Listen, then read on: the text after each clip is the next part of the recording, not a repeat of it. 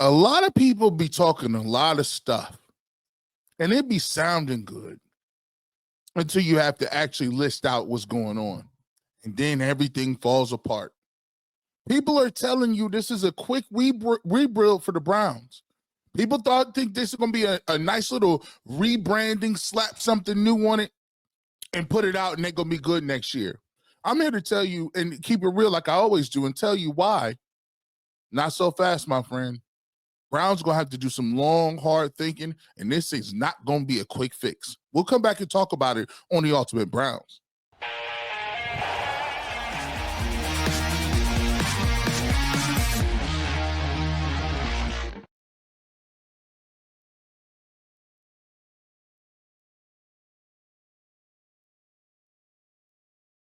Welcome on into the fastest 30 minutes in all of sports. It's your boy G. Bush right here with another episode of the Ultimate Browns. Of course, it's bye week. Bye week here for the Cleveland Browns. They stand at 2-7, not very much of a chance at all to make the playoffs. And they come off a brutal loss last week and going into the bye week. And you look at this this week, the Browns are off. They're going to play the Saints next week. But I'm going to tell you what. Bye weeks is all about evaluation. Bye weeks is all about figuring out where you stand. And right now, the biggest question mark that we're getting into throughout the rest of the season is we're evaluating coaches, we're evaluating quarterbacks, we're evaluating general manager D. Podesta, Jimmy Haslam. We got a report card for everybody, and we're trying to figure out what direction the Browns are going to go in and if they need to have a major overhaul or a small rebuild. We'll talk about that coming up. Za'Darius Smith finally spoke. And I'm going to tell you what, he was happy to hell to get up out of Dodge. You'll hear him in his new Lions gear. And this is something Browns fans should be alarmed about, because it always seems like veterans are leaving here a little either excited to be going somewhere else or upset. And when you talk about changing the culture, these are things that you want to get to a point where these things happen less and less, and it seems to be accelerating. We'll talk about what I mean coming up later on in the show. We also had a Browns reaction to Andrew Berry. We got a reaction to the press conference. Andrew Berry spoke to the media, and I'm going to give you a heads up. He didn't say much. Me and Dustin Fox talked about what that presser meant and why the Cleveland Browns are so secretive when it comes to certain things, and they need to really get focused and figure out what they're going to do, because I think they're a little more confident than what they should be when it comes to the roster and their plan of attack moving forward to get this roster better. We'll talk about that as well. But this is what we're going to get to today. We talked about a little bit last week about the talent with this roster. Tyvis and me went back and forth a little bit on the show earlier this week. The question was thrown out to us. Is this going to be a quick rebuild? Is this something that they need to tweak a couple of places here or there? And Tyvis was under his impression that the Cleveland Browns are only a couple of pieces away to get back up and running. And we'll let you hear what Tyvis had to say, and then I'll come back and give my rebuttal, because I don't think this is going to be a quick fix here, boys and girls. And I got a little data to prove and a little data to show you exactly why I feel that way. But first, here's Tyvis Powell in Ultimate Cleveland Sports Show talking about, is this a quick fix or it's going to be a little bit of a longer rebuild? If they find the wide receiver, I think that unlocks a lot of things. And as hard as it might say, you got to assess the running back position as well. I'm sorry. I know Nick Chubb is beloved. You can bring Nick Chubb back, but I think you still need a dynamic running back, because I don't think Jerome Ford is that guy. He hasn't shown to be that guy, even with the opportunities that he's had. So I think you need that guy still at running back. That you can still interchange Nick Chubb in there, because I do think Nick Chubb still earns the respect. He still is going to have moments where he looks like he can be all the way back, but you need an every down back that also can be very good in that run game. And outside of that, I think you got to tweak your coaching staff. I think you got to look and figure out, why did we go from being a really good run team for the past 3 years and now all of a sudden we can't formulate a way to run the ball. So I think you got to find you a good run game coordinator.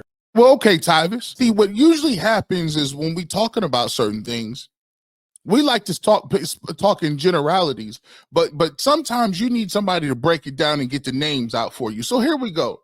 You said you want to get you some wide receivers, right? Okay, let's go ahead and do this. This is the list of the 2025 receivers that are scheduled to be free agents. Although it's unrealistic that their team would have let them hit free agency, wide receivers such as Justin Jefferson, CeeDee Lamb, and Brandon Ayuk are no longer in contract years after signing those big deals. Now T. Higgins will be the best available receiver next spring. But even the Cincinnati Bengals wide receiver 2 isn't a perfect free agent prospect. He's missed multiple games in 2024 with injuries, while the Bengals could assign him a franchise tag for the second consecutive year. If he hits the market, Higgins will have a myriad of suitors. You want number one receivers, and this is the problem we have all the time. Because we speak in vagueness and we not getting it, we not talking about what's the brass tacks. The number one individual right now on the market is T. Higgins, but he can, guess what? He could be franchised again. Amari Cooper, we just had him and let him walk to Buffalo. Chris Godwin is injured again. He stays injured with Tampa Bay. He's not a guy at this point that I would call a number one receiver. Stephon Diggs is getting old and long in the tooth. He's with the Houston Texans. They have a great receiving core there. And do you want problems with Stephon Diggs? DeAndre Hopkins, which went to Kansas City. He's older. We talked about wanting to get him a couple of years ago, and people talked about, he fell off a little bit before he went to Tennessee. Deontay Johnson's with the Baltimore Ravens right now. Hollywood Brown with the Kansas City Chiefs, but he's been hurt all year. Keenan Allen has been hurt most of this year. He's older. We have already Elijah Moore on the team, and Mike Williams did nothing for the Jets, was just traded to the Steelers and coming off multiple injuries. Where is this number one receiver that we're supposedly just magically copping, that we just got on deck? Two of these out of top 10 receivers are guys that you have on your roster that you've already identified that need upgraded. We got rid of Amari Cooper, and we got Elijah Moore on the roster right now. You tell me, the only viable person on this roster, on this list, that it would even give you if the Browns squinted hard and really tried would be T. Higgins. And let's be real, T. Higgins, he stay hurt? Is he a true number one receiver? And for him to go to the Cleveland Browns, you're going to have to overpay him. Not to mention, the Bengals can still franchise him another time. Where are all these great options at? I'm confused. We'll continue on. You said you want running backs. You say, I like Nick Chubb, but we're going to have to find a running back. All right, well, let's take a look at these running backs. While 2024 free agent running backs back market was flush with potential starters, the 2025 running back core isn't quite inspiring. Chuba Hubbard wrestled the Carolina Panthers starting job for free agent Miles Sanders in 2023 and hasn't looked back. He just got a contract, by the way. Najee Harris is a former first round overall is a former first round pick, but he's only a pending free agent because the Pittsburgh Steelers declined his fifth-year option.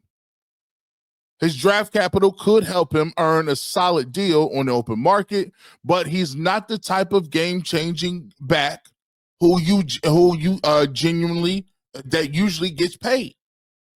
So let's take a look at this. We talked about we don't like Jerome Ford. Najee Harris is not no game breaker. J.K. Dobbins played pretty well out a couple of games ago for the Chargers, but guess what? J.K. Dobbins is hurt every other year. Aaron Jones and James Conner need to stay upright throughout the season to get another bite of the apple on their contracts. Nick Chubb has returned from his devastating knee injury, but will need to produce over the rest of the year to land another significant deal. So where are these great running backs that are game changers here? Nick Chubb is rated number 6 on there, and you already have him. Chuba Hubbard, guess what? He already got his money. Najee Harris, James Conner, he's not a home run hitter. Aaron Jones, he stays injured. That's why Green Bay gave up on him. J.K. Dobbins, we'll see if he can last the rest of the year. Khalil Herbert, he's not Brown is the guy over in Cincinnati. Rico Dowdle, Alexander Mattison for the stop. as you can see, this is your free agent crop. And by the way, it's just not that. And what I'm trying to mention and where I'm going with this is, it's just not simply just when we looking at some of your free agents coming up. Oh, you need a quarterback too. Oh, you need a quarterback? Let's take a look at these quarterbacks and see where these explosive playmaking quarterbacks, these franchise guys, are coming from. Shall we? Can we get to that again? Let's take a look at the quarterbacks. Summer contract distinctions took Dak Prescott, Jordan Love, Trevor Lawrence, and Tua off of the 2025 free agent market, right? Sam Darnold has revitalized his career with Minnesota, and he's likely to roll, and Minnesota will likely roll with 2024 first-round pick J.J. McCarthy next season, leaving Darnold to land with his highest bidder. Darnold may be with only the only free agent signal caller worthy of a multi-year deal. The Pittsburgh Steelers could extend whichever passer, Russell Wilson or Justin Fields, whichever ends the campaign as their starter. Jameis Winston could finish strong with the Browns and score a 2-year commitment. Otherwise, next offseason QB class will be mainly consistent of backups.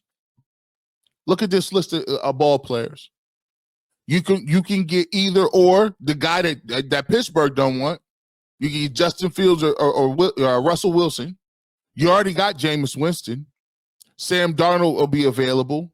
You already had Joe Flacco and decided not to get Flacco. You already had Jacoby. Look at this. This sounds crazy. You didn't already had half these quarterbacks to start with, or they already been in the division. You already had Jacoby Brissett. You got Mac Jones in Jacksonville. Andy Dalton, who's been bouncing around from team to team. Mason Rudolph, Carson Wentz. I repeat, where is this? Where is this immediate upgrade at? Let me remind you what people are saying about this quick fix. If they find the wide receiver, I think that unlocks a lot of things. And as hard as it might say, you got to assess the running back position as well. I'm sorry. I know Nick Chubb is beloved. You could bring Nick Chubb back, but I think you still need a dynamic running back, because I don't think Jerome Ford is that guy. He hasn't shown to be that guy, even with the opportunities that he's had. So I think you need that guy still at running back. That you can still interchange Nick Chubb in there, because I do think Nick Chubb still earns the respect. He still is going to have moments where he looks like he can be all the way back, but you need an every down back that also can be very good in that run game. Where are these people coming from? Where are these magical number one receivers and backs that's going to be with Nick Chubb, and you about to do some creative thing? Come on, Tyvis. Come on. You got one first-round draft pick. One. Not two, not three. You got one. And there's 4 or 5 teams with 2 wins right now. So you might be jousting for that. You might not even get the best quarterback available. You might not even get the best quarterback available to you. As a matter of fact, I did something just to show you what type of level. Some of these people ain't even projected to go to the Browns or the best fit for these individuals. Let's take a look at these. See, now I've not only looked at the free agents. Let's look at the draft picks, because there's a couple ways you could get better. We know the Cleveland Browns like to get better by making trades because they don't draft very well. And we know that the Cleveland Browns can get better through the draft. They haven't drafted well either. We just looked at the free agency list. Which one of those names are you excited about? Let's take a look at this. Number one on the board, people love Cam Ward. Let's talk about Cam Ward a little bit. This is from CBS Sportsline. Best team fits. They think he's a better fit with the Giants or Raiders. Let's start with the Giants. GM Joe Schoen and head coach Brian Dable got a rare in-season vote of confidence from owner John Mayer a few weeks ago, despite what looks like another non-contending Giants team. Let's assume the duo returns and with the tandem that rose to prominence in Buffalo when Josh Allen ascended to superstar status in 2020. Ward is not Allen 2.0, but he's demonstrated a knack of generating splash plays out of seemingly nowhere. A vintage Allen trait. This season in Miami, he has 6.6% big-time throw rate and is the highest amongst top quarterback prospects in the class. Fitting in the challenging throws downfield is another trademark part of Allen's game as well. So if you look at this, they think that he's a better fit with Brian Daboll or the Raiders. And, you know, those two teams could be worse than the Cleveland Browns. So they don't even think this is a good fit for him. Let's take a look about the fit for Shedeur Sanders.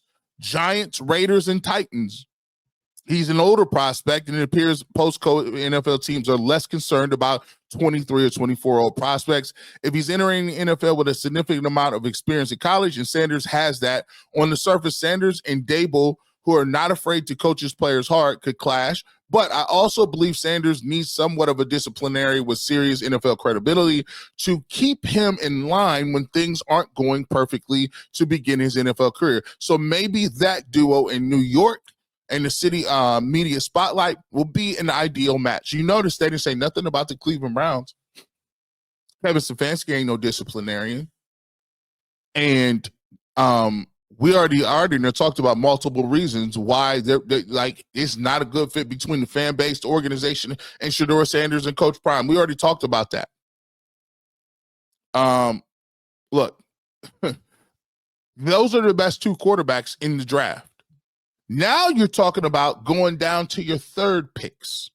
Let's take a look at Jalen Milroe. It's the first time you see the Browns mentioned. And this is the problem with Jalen Milroe. Milroe is the quintessential high-end development type in this quarterback class. He slowly but surely matured as a passer in his time in Alabama and made serious headway in 2024. His adjusted completion rate is up, his pressure to sack rate is decreased drastically, and his turnover-worthy plays are down. Now, Milroe hasn't made the spectacular throws frequently, but he stayed confined to the pocket more and relied on his legs as a last resort when he's not being utilized in design run scenarios. Oh, and Milroe has borderline Lamar Jackson run talent, and he's not a slender athlete.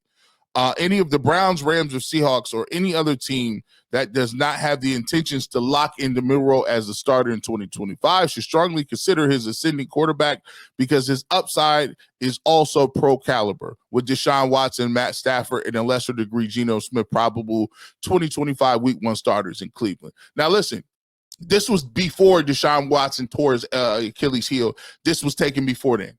So when we're looking at Jalen Milroe, you're now depending on Coach Kevin Stefanski again to mix run and pass stuff with your quarterback. You're looking for him to mature. You're looking for him to make sure that he has his eyes downfield. Is this the type of quarterback that you're going to go into the season with? And you're going to hope again you have a quarterback developing as a passer, right? This is the third guy on your on the board, third available quarterback. Let's get to the fourth quarterback. I'm not high. I'm not going to lie to you. I'm not high on Quinn Ewers at all. And I'm just like this guy. I don't think he has an elite arm. I don't think he has elite mobility. I don't even think he has elite durability. He's been hurt every year he's been at Texas. He hasn't finished the year. I'm just not into Quinn Ewers as what he is as a quarterback. I think he has a nice system. With the receivers he got, I think he has a bunch of fast guys, and I don't think some of the stuff he does translate.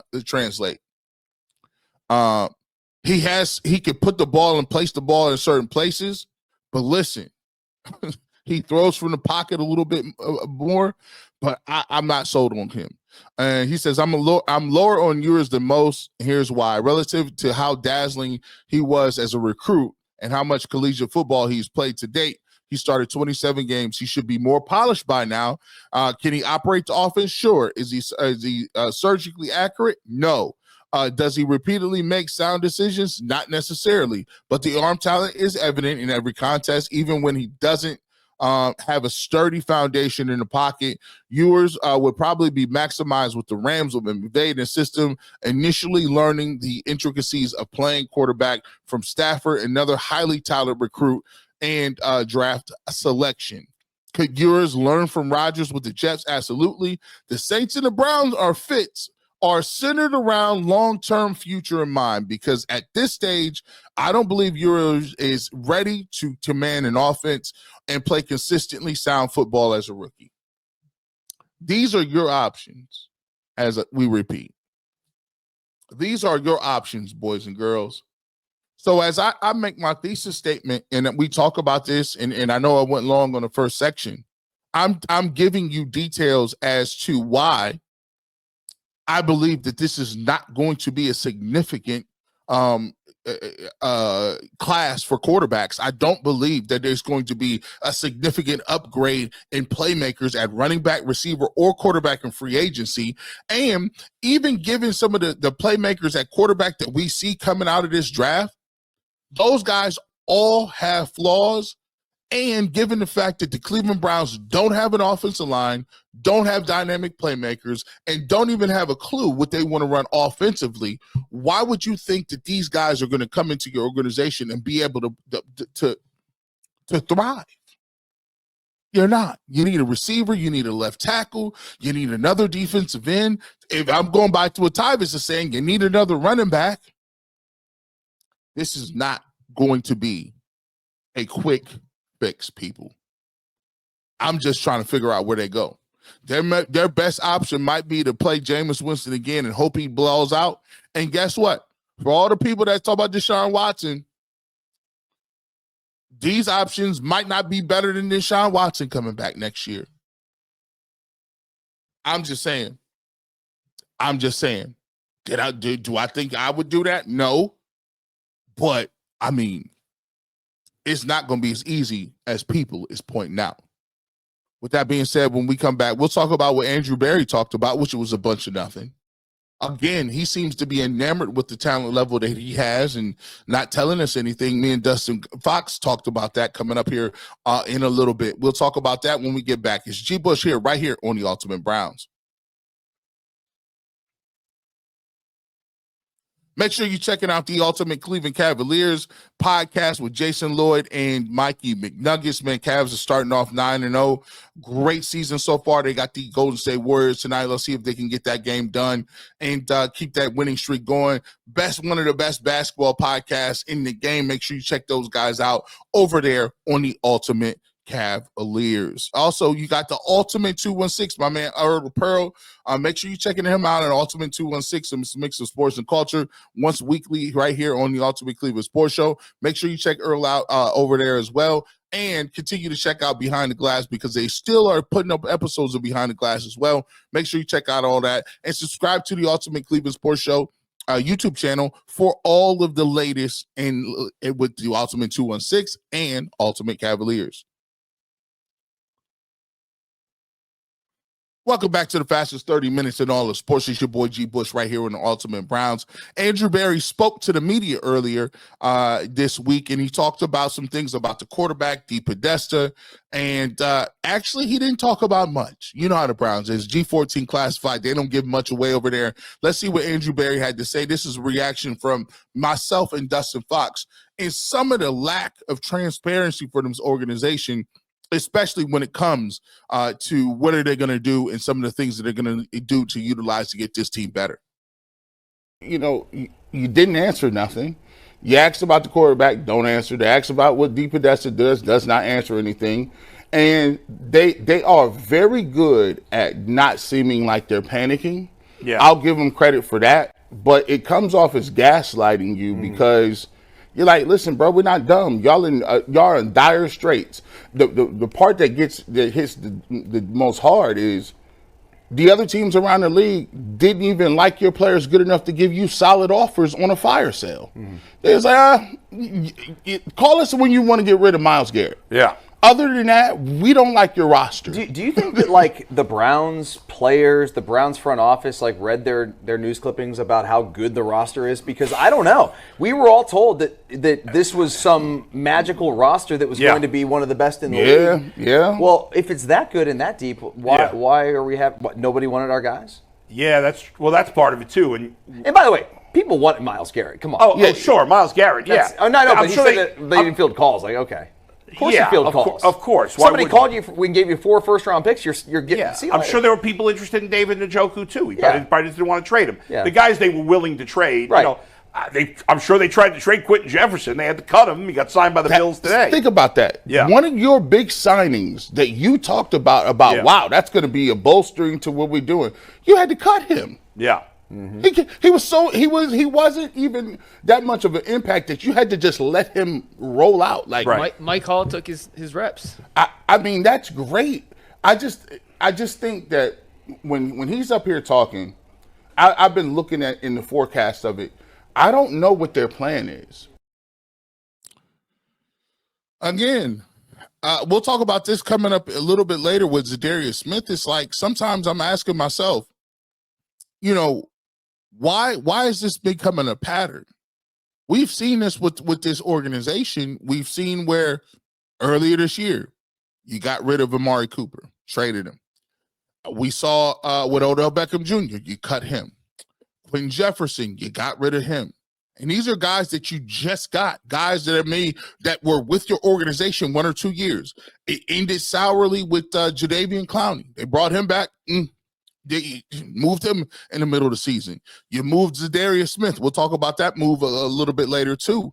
But, for me, I asked myself, what's the plan, man?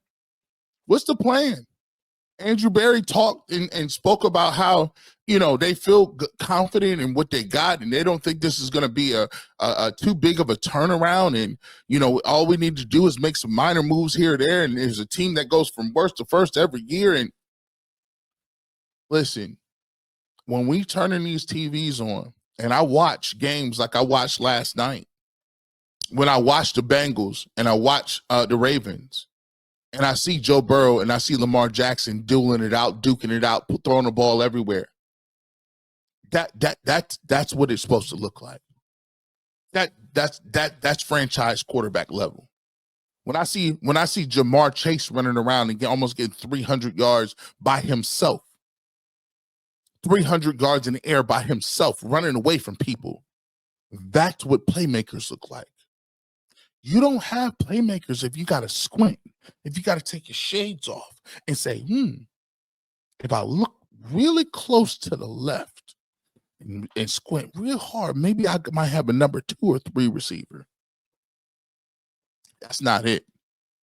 The Browns and Andrew Berry, and I was on the radio this morning with Spencer German doing the morning drive show on 92.3 The Fan.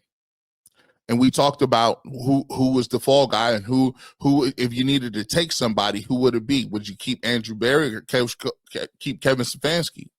And I said, you know what? Right now, I think Stefanski has an inside track because he's won some awards. And I think, at least he has some merit that he's shown on the field. When it comes to the front office, they ain't won no front office awards. And they've been swinging and missing on a lot of these guys. So I said, but it changes every other week, though. I'm not going to lie. It changes from week to week because every single week you're reminded of some of the individuals that they took swings and misses on. And you always say to yourself, these guys are going to have to mess around and draft the next franchise quarterback for the Cleveland Browns. And do you trust him? And I have to say no at this point. I would love to say I do. But right now, I just don't. When we get back, we'll talk. We'll finish this up. We'll talk to Za'Darius Smith. Za'Darius Smith spoke about being excited with the Lions and the way he felt just hanging out and getting another lease on life and playing for a contender. He spoke about that. We'll talk about that coming back. It's G. Bush here, right here on the Ultimate Browns. Ah, yes, indeed, man. 2 episodes a week. We give you those plus clips. It is the biggest show in the game, Ultimate Browns, by yours truly, G. Bush. Make sure you check us out, man. Make sure you subscribe to the channel so you know every single time we about to drop these videos. We give you 2 videos a week right here, usually on Tuesday and Friday. We do a good job of putting those out. We also give you on-demand clips as well, so you can check the show out and watch on Saturdays, the weekends, whatever, on demand with our clips that we do over here. Also, make sure you're checking out Ultimate Buckeyes. Ultimate Buckeyes, Tyvis Powell and Dustin Fox. We had Mike Doss on the show the other day. Talking about some old school McKinley. I went to school with Mike Dawson and obviously Dustin and was teammates with him for the national championship team. Make sure you're checking those guys out over there on the Ultimate Buckeyes. Big time win in Happy Valley against Penn State. Looking forward to seeing what's going on with the playoffs and see if they can win the Big Ten title. Make sure you subscribe to the Ultimate Cleveland Sports Show Network so you can get all of our great videos, all of our great other spinoff shows right. Welcome back to the fastest 30 minutes in all of sports. Your boy G. Bush right here on the Ultimate Browns. Za'Darius Smith, former Cleveland Browns Za'Darius Smith, spoke with the Detroit Lions media and talked about how excited he was to be able to extend his career, so to speak, and to play for a contender in Detroit. Let's take a look at this and see what Za'Darius had to say.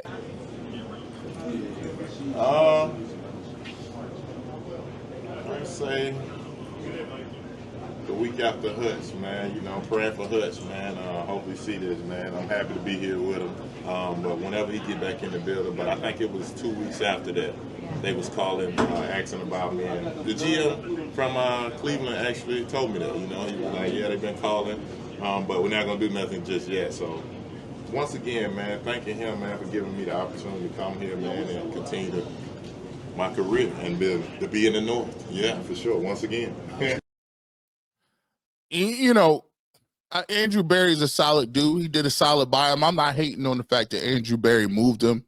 It's a business. I understand what it is. Darius Smith was going to be a guy who was sought after Aiden Hutchinson got hurt. Here's the problem. It's just one of those things. It kind of sucks to see, him to be that happy, because it's like, I know he was tripping. He like, man, I'm glad to get up out of here, bro. Out here 2-7, man. I'm going to a team that I could be a missing piece on a team that could possibly be going to the Super Bowl. I mean, Detroit is playing out of their mind right now. And the reason it sucks, and I'm not hating on Detroit and I'm not hating on Za'Darius Smith, I wish him nothing but the best of luck. He was a good soldier while he was here, is the fact that was supposed to be something that he was supposed to be smiling with us. That was supposed to be something that when you look at it, that was our aspirations as a team like Detroit, who has never been to a Super Bowl. That was us that was supposed to be getting guys that come in, and we were supposed to be sitting here right now talking and being 7-1 or at least in the mix of things in the AFC North. Instead, he's in the NFC North. And just, you can look at the smile and look at the new lease on life that he got.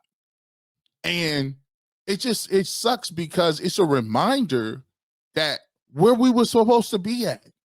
We weren't supposed to be sitting here in the bye week talking about Quinn Ewers and Jalen Milroe and Shador Sanders and Cam Ward and definitely not no free agent quarterbacks. But yet and still, this is what we at. This is what we doing. And, sometimes it's a reminder. It's a really big reminder of, just the way things happen in sports, just the way things go down in sports, where you have certain levels of expectation and they don't come to fruition. There's actual real-world consequences. There's consequences to it.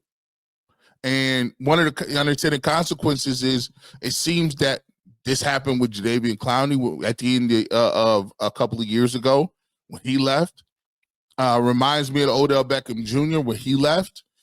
He kind of same way with Amari Cooper, who was excited to go to Buffalo. These guys are excited to be on teams that are perennial teams that are going to contend for something, to be able to win a championship. And when you see a player that just left your team going to another team it's just it's a gut punch because you realize for the next 8 weeks, everything that you're doing is futile. You just out here playing, going through the motions, trying to find some random meaning during the season. And so for me, I'm happy for Za'Darius Smith, but it's one of those things where I'm happy for him, but I'm sad for the fan base and I'm sad for the team.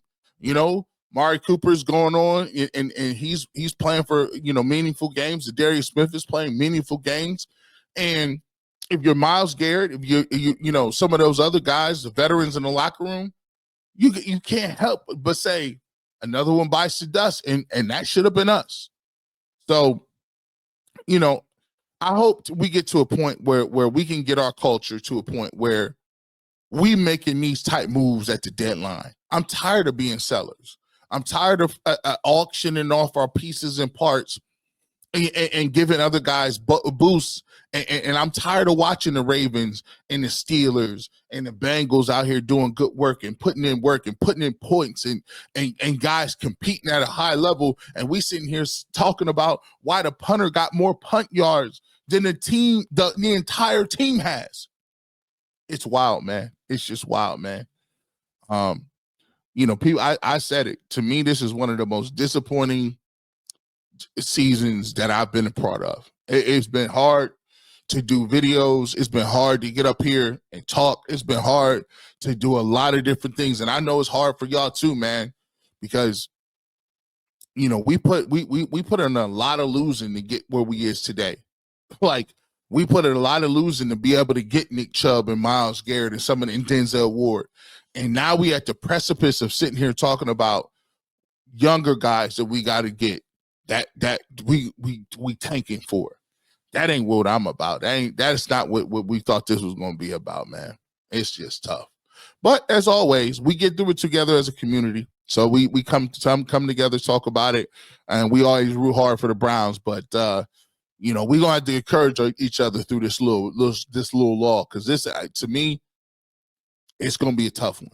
It's gonna be a tough one. With that being said, you never know when G. Bush might show up, radio, television, internet. But if you want the fresh, real take on sports, the barbershop is always open. I want you guys to have a great evening and a great weekend. Enjoy some Cavs basketball, but ultimately and always, go Browns.